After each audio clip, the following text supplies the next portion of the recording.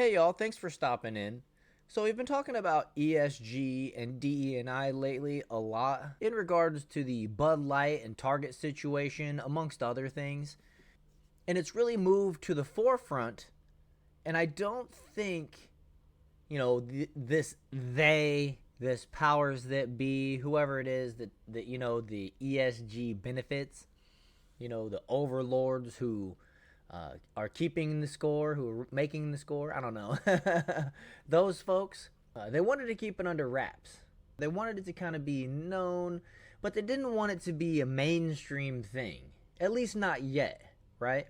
In America, I would say. I don't know, other countries, China particularly, you see a lot of facial recognition. I see a lot of videos, at least, that show people needing to do make different faces into their phone or a different device for it to actually activate and work.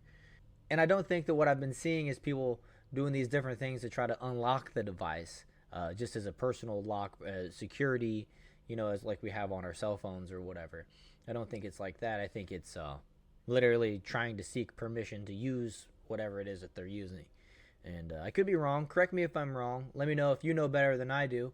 But I've heard over the last couple weeks that ESG and DE&I is being rebranded. It's become mainstream. It's becoming more mainstream, I should say. It's not mainstream yet, but it's becoming more mainstream than they want it to be. And so they're trying to protect the system that they've created, this baby that they've put so much time, effort, and money in. And now, this article from the New York Post is saying it's only a matter of time until the ESG movement will rest in peace. So I got my red flags going up, and what I think is they want us to believe, and I haven't read this article yet, but what I think is they want us to believe that they've moved on past this thing.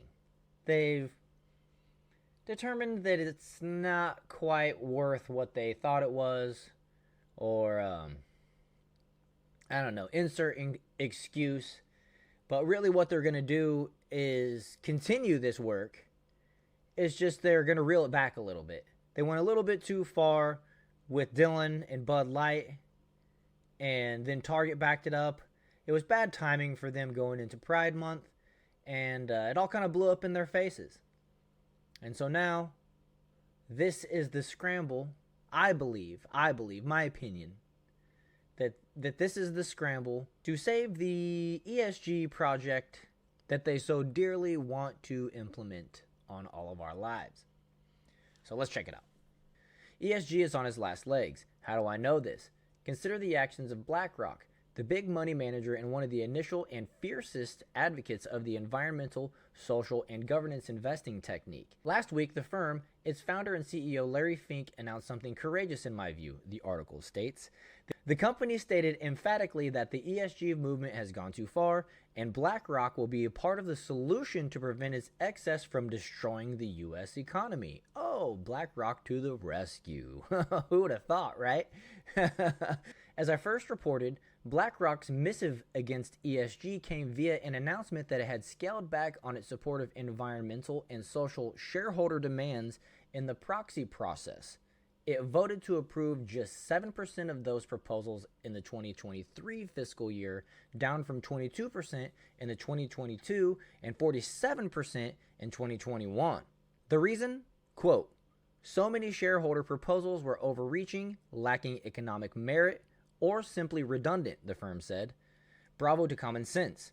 And so this is really just curious that BlackRock is telling us that they're phasing it out. They're phasing away from what they've built for so long, right? In my opinion. Proxy or shareholder proposals are voted on during public companies' annual meetings. Over the past decade or so, ESG edicts became embedded into corporate social America's ecosystem as big shareholders. BlackRock, but also places like Vanguard and Fidelity. And the shareholder advisory firms like ISS and Glass Lewis increasingly voted in favor of these mandates that push companies to reduce their carbon footprint or mandate more diversity on corporate boards. Yes, initially the intentions were good until ESG turned into a leftist leviathan. Used by activist groups disguised as committed long-term shareholders, ESG became the mechanism in which the left hammered corporate America into advancing its warped political agenda. See, it's funny how it's all past tense was, like it's gone and moving out, but don't be fooled, you guys. They're going to rebrand this. It's not going to be called ESG or DE&I anymore. They're going to have a name for it, a label for it that sounds really good, right? It's going to sound way better. I don't know if it sounds really good, but it'll sound way better than what it really is. You know, like how they say gender affirming care, when really it's a change for children, right? I'm trying to be friendly, but you know what I mean.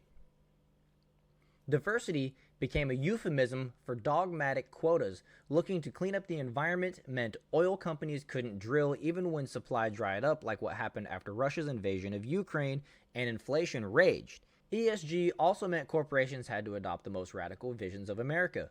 I'm told that to meet ESG mandates, Budweiser disastrously hired trans Dylan Mulvaney to push Bud Light in those now infamous social media ads. Disney infused leftism and gender politics into its programming targeting children. In store displays, retailer Target devised and displayed tuck-friendly swimwear for trans women who hadn't done the surgery yet. And they put it all next to, the kids' displays. The red state officials rebelled, canceling contracts with moneymakers who pushed ESG. Inflation soared, and ESG didn't help the spiraling gas prices. People stopped watching Disney movies, sales of Bud Light continued to crater, and Target was boycotted and forced to change course along with Bud Light. And that has all cost, collectively tens of billions to those companies, in their market share value. So that's really what they're trying to protect from. They're trying to reel in is people are waking up, like I said, and they don't like what's going on, especially since it's affecting their pocketbooks, their stock, their retirement, right? In a negative way, of course. Fink himself recently said he would no longer use the term ESG because it carried too much political baggage. See, that's what I'm talking about right there. I didn't even know he said that. But he's no longer going to use the term ESG because that's bad. It has political baggage. But he's not going to get rid of the process. Like I said, it's just going to get a nice new, more appealing name, just like they always do. Losing BlackRock is a particularly big deal in the 30 trillion plus ESG ecosystem because of the company's size. 9 trillion in assets under management, the largest money manager in the world. Fink once seemed hooked on ESG because he really does believe corporations can enact positive change in society. It also brought in lots of business to BlackRock, and ESG funds carry higher fees. Oh, of course, right? He's now seen ESG's downside, and he is saying enough. To his credit, Fink for at least the past 3 years has pushed back against the excess of ESG. And, that's probably because he saw it becoming too mainstream. And it's not because he wants it to go away. Like I said, he wants to just move away from the term. In January 2022, he wrote in his annual letter to investors, any plan that focuses solely on limiting supply and fails to address demand for hydrocarbons will drive up energy prices for those who can least afford it, resulting in greater polarization around climate change and eroding progress. His sparring with New York City's comptroller Brad Lander is worth noting. Lander is supposed to be overseeing the pension investments for retired city cops, firefighters, and teachers. Last year, he began pushing Fink to begin divesting all BlackRock's oil company shares. BlackRock manages money for the fund, so Lander's threats carried some weight. But Fink told him to pound sand in the nicest way possible. My sources there tell me BlackRock, for all its ESG talk, is the largest global investor in fossil fuels. Not only would divestment destroy the stocks of these companies and the pension returns Lander is supposed to be protecting, but it would take inflation to dangerous new levels. More recently, BlackRock has begun to use ESG screens more selectively in its actively managed stock funds, and then only informatively. People there tell me. It's not a determinative factor in buying a stock for its $4.5 trillion equity portfolio, the people say. Well, BlackRock has a little bit of ownership of about everything in the world, it seems like to me. So, of course, they're going to own oil, and then they're going to own, carbon companies, trying to sell you carbon on the other side, because that's what they do. They're so big. For perspective, BlackRock manages another 4.1 trillion in so-called passive funds that mimic various indexes and have zero ESG components. The remainder, only around 600 billion, is heavily is heavily influenced by ESG methodology because these funds invest in renewable and other ESG compliant companies. Is this something new? Senior executives there say it's not. BlackRock has always managed money based on clients' needs and desires. Okay, cool, and that's their cop-out. You know, it's about the client's needs and desires. It's about the client's needs and desires. It's about the clients. We're taking care of the clients. We're just doing what they need. Oh, within the law, of course, right? Okay, but a financial advisor with close ties to the firm says ESG screens are used less and less for stock picking outside ESG-specific funds. ESG is still popular in Europe, the advisor tells me. For U.S. investors these days, it's mostly window dressing at BlackRock. It's not really used in decision-making anymore. And I agree, I guess. You know, I mean, I'm also taking all this with a grain of salt because, like I said, ESG is not going anywhere. They're spending trillions or billions or millions of dollars on putting this system in place. We know Elon Musk wants Twitter or X to be the all-in-one app, which is a perfect place to harbor the ESG score, like I mentioned how they're doing over there in China, where you got your facial recognition and all that so that you can use your apps, or I don't know what all. You know, really, I don't want to have any part of it because I like my freedom. And I like to be able to think freely and make my own opinions based on the information that I'm presented. You know, I'm not always going to be right, but most of the time. I mean, I laugh, but honestly, because, you know, I do my due diligence, I try, at least. You know, I try to get other people's opinions. I read multiple articles from different perspectives on the same topics. I try to form my own opinions based on the information that's presented, you know what I mean? And I don't just get the information from one source and then repeat it as best I can, you know, and that's just everyday life. So wrapping up, you guys, I think it's pretty much kind of what I thought in the beginning. Like the guy said, he wants to move away from the term ESG, but in my opinion, as I read into what he says, not the process.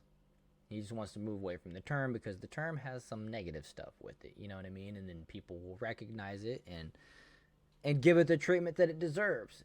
And I hope if I'm right, you guys agree, and that we can all see this coming from, you know, a mile away, you know, as the saying goes. Be prepared for it, don't be fooled by it, and then continue to give it the proper treatment that it deserves, which is exactly how we've been treating Bud Light lately and Target. So keep up the good work, keep spreading the news, you know, like and share this video, subscribe to the channel if you agree. You know, just get this information out there. Tell them yourself. You don't got to share the video. Just tell them yourself. And just make sure that people are prepared and that they know what's coming. And at least then they can make the decision for themselves. And so be it. You've done your part. You know what I mean? So anyways, guys, thanks for watching to the end. I'll see you guys in the next one.